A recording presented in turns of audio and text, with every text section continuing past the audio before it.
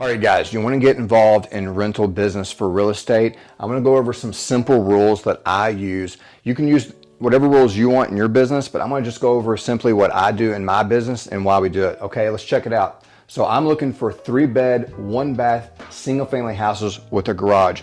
Reason being, guys, I stay away from 2-bed houses. It's just really difficult to get market value, raise rents, and get better tenants, okay? When I have a 3-bed, 1-bath house, that's usually a family. It's like a starter house or a starter position for a family to get into, okay? And I can get market rent or even sometimes above market rent when it comes to a 3-bedroom house, especially when it has a garage. Okay, guys, people have a lot of stuff. I have a ton of stuff in my garage, and if you have a garage, it's probably full of stuff as well.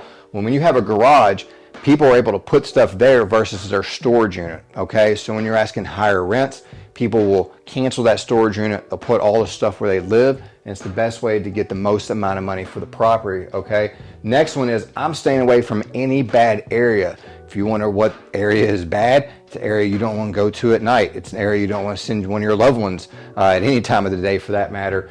Bad areas attract bad tenants.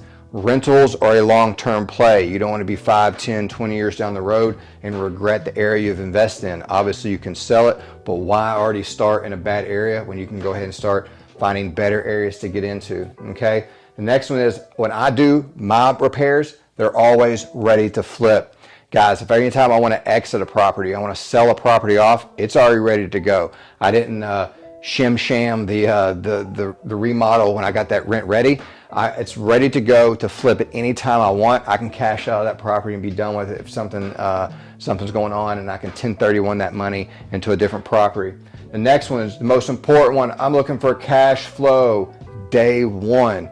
I live in Kentucky. This is relatively easier for me in Kentucky. I understand that all markets are different, but I'm definitely looking for the 1% rule. Simply meaning if I have $150,000 into the property, I want to rent it out for $1,500 a month. I know some people that can get above the 1% rule, and on a couple of my properties, I'm almost at the 2% rule just because I bought them during the pandemic. But I know every market is different. But if you want to cash flow, you want to make money, you definitely need to be shooting for at least the 1% rule. The next is apartments. I have a mix between single family and apartments. When I'm doing apartments, I'm looking for a minimum 2-bed, 1-bath unit.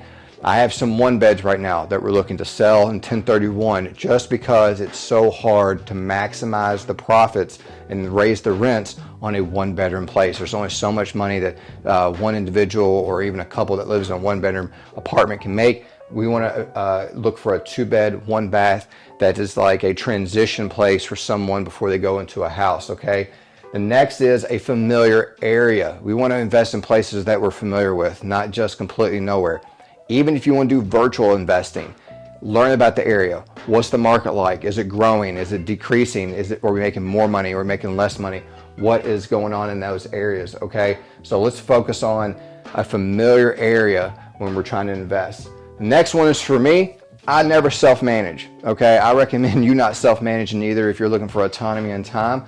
I understand in every area it's different. In my area, I only pay 7%, upwards at max 10% for management, which is great for me. I could not take the money that I made and then hire someone for the amount of money that I currently pay a property manager. But I just value autonomy and time. Maybe you guys are younger, maybe you have smaller properties or smaller amount of properties and you want to manage, hey, that's fine. But as a rule for me, I'm not growing this business and scaling with everything on my shoulders to do the management. Guys, if you want to get involved in rentals, let me know what kind of rules do you use? What kind of standards are you using in your rental business? Comment below and I'll see you on the next video.